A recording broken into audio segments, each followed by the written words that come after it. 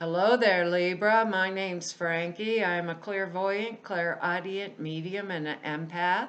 This reading's for Libra for January of 2020. Happy New Year. 2019 went fast. There's a lot of blips along the way, but basically, I hope for most of us Libras, it was a pretty decent year. For everybody who's new out there, I pull 4 cards for the month. We use the bottom card on the deck for an overall view of the month. Now, and then we'll pull angel card at the end of the reading to hopefully bring everything together for us. Now, I am an empath, so I have a speech pattern. I speak as if I'm you. So all of us Libras get named Frankie for the time of the reading. Look at your moon sign and at your rising sign. It will give you a more comprehensive view of the month. And I don't think the cards are going to go week by week. I think they'll blend in and out throughout the month, kind of like an overall theme for the month.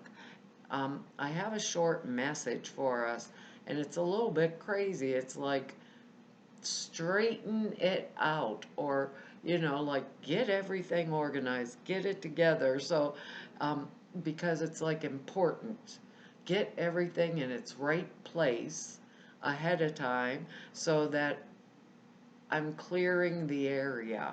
So I don't know if we're going to reorganize or whatever it is we're going to do, or get rid of old paperwork from last year maybe, but it's like a theme that's driving us, like setting it right, clearing the deck, straightening things up. So if I need them, or if I choose or want them, there it's going to be right there at my fingertips, and it's out of my mind. So it maybe might be thoughts based on one of the cards I'm seeing here, thoughts that are habitual that I don't want in my life anymore. That kind of thing too. For others of us, it'll be physical things that we're like removing or pushing to the side and getting it right and getting it out of my face, like clearing it up, getting it out of my face. It's kind of interesting. I don't know what it's going to mean to us, but that's basically the way they were saying it. We have good words. They're communication, harmony, joy, willingness, and acceptance. And those are excellent words for us here, because right here on the bottom of the deck we have the Wheel of Fortune. And that means we have set the wheels of destiny in motion, and it is unstoppable. So they aren't going to alter their course no matter what we do. We did something, quit a job, maybe, let me think of examples, made travel reservations, ended a relationship maybe, or maybe ended a friendship. We opt out of some kind of situation that isn't suitable for us, and I can see that here in these cards. But once we set destiny in motion, that's the premise of this card, it'll turn out as it's intended to turn out. That's all I can say. It'll turn out as it is intended. So we might as well be willing to go along for the ride, like our word down here, and accept it. Be happy and joyful around it, because it's us that has done it. So there could be like, this card gets these really strange, unexpected, like turns of events. So let's say we go on a trip and we meet someone on the trip that makes us some kind of offer out of the clear blue sky, a new job, a new opportunity, um, something that's part of the grand plan for our life. The Wheel of Fortune card is the card that comes before good fortune. It likes the precursor. It tells us, warns us, basically, that the good news is on the way, which is excellent as far as this Libra is concerned. Excellent. It's on the way. It's going to be um, communicated to us uh, shortly, and it will come through maybe a series of strange type of unexpected events if we're willing to watch. I look down here at our word willingness and acceptance. If we're willing to watch and pay attention, you know how sometimes we can get a little, we don't want to make the choice, we don't want to make the decision, we'd rather just sit and think or procrastinate about what opportunities do we have coming versus actually saying, this is the choice and the opportunity that I really want. Maybe this is the thing that's going to make us. Heads up, pay attention when, sometimes opportunity passes us by because we weren't paying attention. This Wheel of Fortune is, the card says, precursor to good fortune. And in order to do that, there'll be several little things, unexpected things that could happen or come up in our life, and we want to be willing to jump on them. Or like our word communication. Hey, that sounds like a good deal for me. I do this, this, and this. And we present our list of talents to another person, let's say like a job or something along that line. And because of our next card here too, it's like, and we got it exactly in the same spot where Virgo got this card, the Ace of Swords card. We have it sitting here on the table in front of me in the exact same spot. So maybe some of us are cuspers here or whatever, because this Ace of Swords means triumph over difficulty by mental means, using our brain. And we are air sign. We're fluid with our communication. We know usually what the heck we're talking about when we say it. So the Ace of Swords this month is saying, if I don't know what I'm talking about, make sure I research it. Research it. So it's like a major breakthrough in some manner. It means a new lifestyle is coming into being, that we have achieved the opportunity, just the opportunity for the new lifestyle by, how is that worded? Our dint of will, our will, we willed it, like our word willingness, our mental faculties up there, because we're so smart and intelligent, and we're using those mental faculties at a higher and higher level all the time.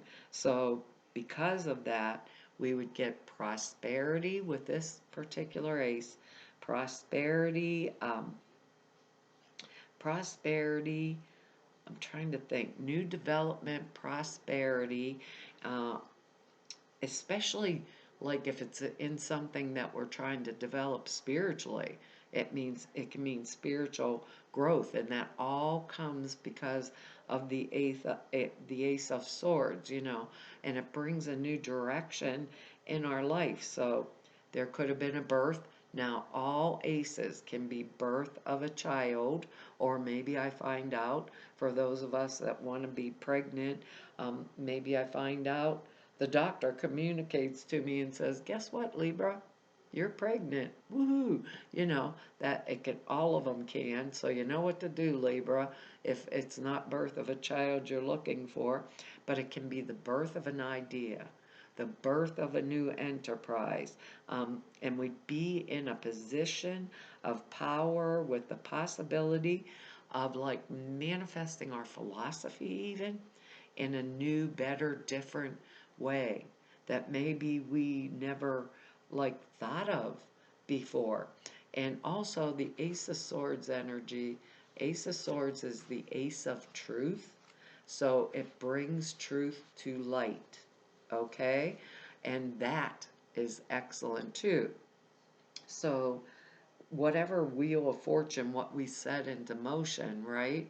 Maybe if we were missing information, we didn't know what it was. Let's say a relationship, and we're missing something, but we think something's suspicious, we would find it out, through these series of unexpected events that might happen with our Wheel of Fortune, that gives us new opportunity, because right under it is the Six of Swords, which is coming out of troubled waters into calm waters, moving on to new shores. So it brings that energy up higher or faster in my face, you know? So I don't know. This could be this could be argumentative type energy because of a particular reason, but I'm going to cut to the chase. I have the Ace of Swords. And I'm going to set all of this in motion, because our next card here is the Ten of Rods or Wands. I don't know why they changed the name of it, but it's tells us that we are lifting a heavy burden, taking on new responsibilities appropriate to the new cycle, or more responsibilities that are appropriate to the new cycle that Ace of Swords brings in. There could be, they can be heavy, they can be burdensome, but we have the strength and the character to carry them. And we feel we could do anything with this Ten of Rods energy. We can do anything, even if it's an extremely difficult task. Now I'm going to add to this, right? It would be a task that we want to take on willingly. Maybe a coworker got sick and I'm covering for them at work. Maybe a spouse is working a lot of overtime, so I'm doing a lot of the duties or chores that they used to do, and I'm taking it on happily. Or one of my children are sick and I'm nurturing them back to health. That would be the burden that I would take on happily. But for others of us, because there's a lot of us out there, us Libras, it may be the burden I picked up that just went for nothing, and I'm carrying these burdens that really didn't belong to me to begin with. So it's a weary card for some of us. We could feel weary, like the whole world is on our shoulders, 10 rods of burden on our shoulders, that type of energy. But with the card, it's up to us, right? It's up to us whether the heavy responsibility that we're taking on um, is legitimate. Do we really want to take it on? Or are we taking it on because someone else is shirking their duties, someone else is not doing their part? So sometimes, like one person in the family, sometimes the mother, sometimes the dad or whatever, or the organization, at work, gets all the dirty work because they'll do it. They're willing. They'll do it. You know. So make sure with this card that the other people that are around me are doing their fair share, doing their work, and ask for help if I need it. Sometimes we can get really overwhelmed, and we Libras don't ask for the help. We keep trying to take it on, do it our own selves. And maybe it's time to just say, no, I can't do it for my own self. Now, I'm thinking about this, and I tell you guys, like, this also can be, let's say, the coworker at work that always picks up their work like 15, 20 minutes early and throws it on our desk and says, oh, Libra, I have an appointment. This has to be done today. Could you finish it up for me? Now, if this is the case, we Libras are going to say, we're going to communicate willingly that no, I can't. Willingly. That beginning message where, I'd rather look at the opportunity instead of make the choice? No, we're going to say, that's unacceptable. I have all of my own work's going to take me right up to the last second. I can't do that for you anymore. Or the boss that comes in and says, this has to be done now. I need it. And it is the end of the day. Well, I'm sorry, I can finish it for you tomorrow. I can't do it today. I have too much of what you already asked me. It's that kind of energy. It also can be simple energy. We just got over the holidays. Why do I have to take the tree down myself? Or the kid, clean your room, George, clean your room. And they're like, yeah, yeah, mom. And I end up in there cleaning it, and they're saying, not happening, not happening any longer, I guess. That it can be simple energy like that at home. But we want a different way of things for this coming year. You know, we'll accept what can't be changed, but there's a lot of things we need to change that we want to have changed or see changed. If that's, I'm saying that right, or see change, because it's going to make it easier, less burdensome for us. So maybe there's things we want done, actually want done, because next card here is the Knight of Swords. Usually, male or female, this is air energy, this is us, Libra, Gemini, Aquarius energy, right? Male or female. Um, if it's a person, and it's not us showing up in our own reading, for some of us, it's going to be us just showing up in our own reading. For others, it's going to be someone that is outside of us. Now, this energetics is like a go-getter. They want everything done. They want it done. They want it done right now. Now, usually he's on a horse with a sword out in front of him, charging forward, right? In this one, he's already off the horse and he has blood on his sword. So this can, blood already on his sword. He expects to win the battle. This is not the King of Swords. The King of Swords can use force. The King of Swords will use force, but only does it if necessary. The Knight of Swords sometimes gets rambunctious and forces everybody to be on the same page at the same time. So it can be, it's telling us also, not to be basically like this. It's someone who is over aggressive, who kind of like lives in attack mode. And we don't do that. Or it can mean we are aggressively pursuing a lifestyle that would allow us to um, make or choose, live out. That's the word. Live out our own philosophical ideas. Live it out, because we have this Ace of Swords here too that goes with it. That's new way of showing myself, being myself, whatever. The Knight of Swords is a messenger knight. He can bring, sometimes he brings bad news, which can relate to us personally or someone close to us. It can be another air energy around us. It means conflict is at hand. So it's not physical conflict, it's mental conflict. There could be like really angry, violent differences of opinion when you get the Knight of Swords energy. And if it's not a person, it could mean for some of us that we are so focused, like really focused on what it is we want to do, our own intellectual kind of pursuits, that we ignored everything else and everybody else in our lives, and that's not something we Libra should do. That would be us as Libras being kind of upside down.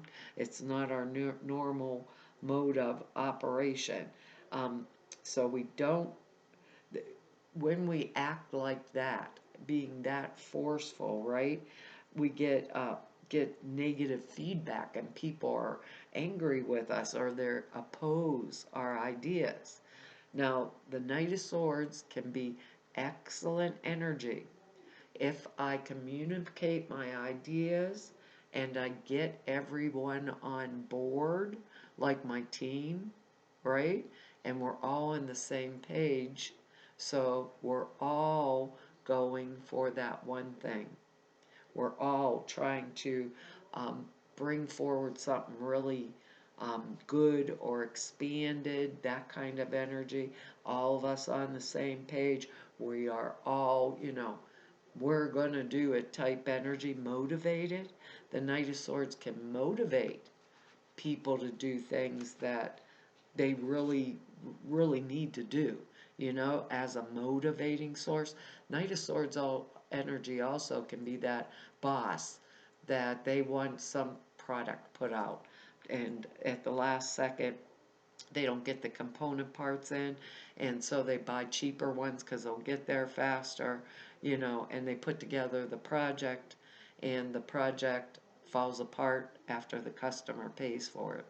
It's that kind of energy, moving so fast that I didn't pay attention to the details or didn't take into consideration I was selling a quality product, and they're down my throat because of the action they did, So it kind of means go after what I want on one hand, be aggressive and pursue it, but be sure to communicate what I'm doing and don't ignore others that are around me, because this is a very argumentative energetics, and we don't want to be involved in conflict purposely.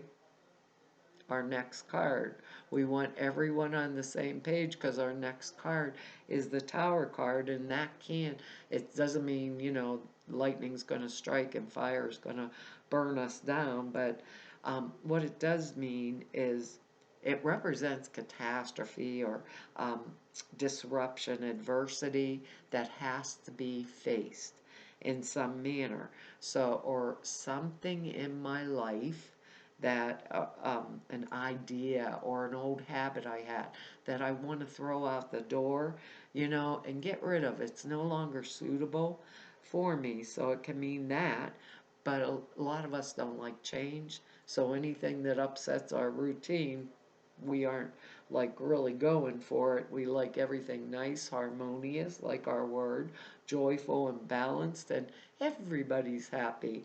Where this energy wasn't all that happy, if that makes sense. So, but the good thing about this is, it can be sometimes there's a breakup or, a horrible argument with my spouse, my partner, um, that kind of energy, or that really like a lightning bolt event that happens out of the blue that there's no way I could have foreseen or saw it coming.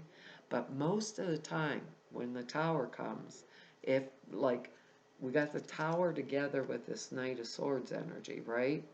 And basically it means we're in our own reading, When this comes, if we look around to situations that are bothering us or things in our life that just are no longer acceptable, we could have seen this coming. That's what I want to say. So if we saw it coming and we're not getting rid of it or something I don't want in my life anymore, then if we don't do it ahead of time, kind of like it gets forced on us or the argument forces something on us. It comes when we get like dissatisfied, really discontent with something, but not knowing quite how to change it. So it just, instead of making the need to change, it just like fires off this crazy need to break free of everything or anything that restricts like or limits my further development. So I could be arguing about this path forward, this new, you know, but if we pay attention and it's something we want to change, I think I actually almost feel like this could be an argument at work or something not changing, or an event at work we didn't know was going to happen that perhaps put people up for promotions. like maybe someone retired and there's all this promotion energy and there's a bunch of us vying for it, like aggressive, like looking down at this. Or it could be an argument at home because I'm just doing too much and I want others to step up to the plate and do their fair share with that 10 of Rod's energy there. I want them to do their fair share. So I'm really going like off the wall at it with that type of energy. I'm looking at our words here and I'm thinking, I don't know. What I'm thinking in my head is we need to keep ourselves stabilized. We want to get what we want, but we need keep ourselves stabilized and watch for the events, right, that are coming into our life, so we don't miss it, that new chance and that new opportunity, and then go after it with this energy. And anything that is unsuitable to take with me into that path, I get rid of it ahead of time. That's how it feels. Can't make up angels. Our card is ground yourself. Keep your feet on the ground, decide what it is we want, and go for it, because we've set this in motion. It says when you detach from awareness of your body in the physical world, you become ungrounded. Although it's pleasant to float about heavenward, your attention and work are needed upon the earth.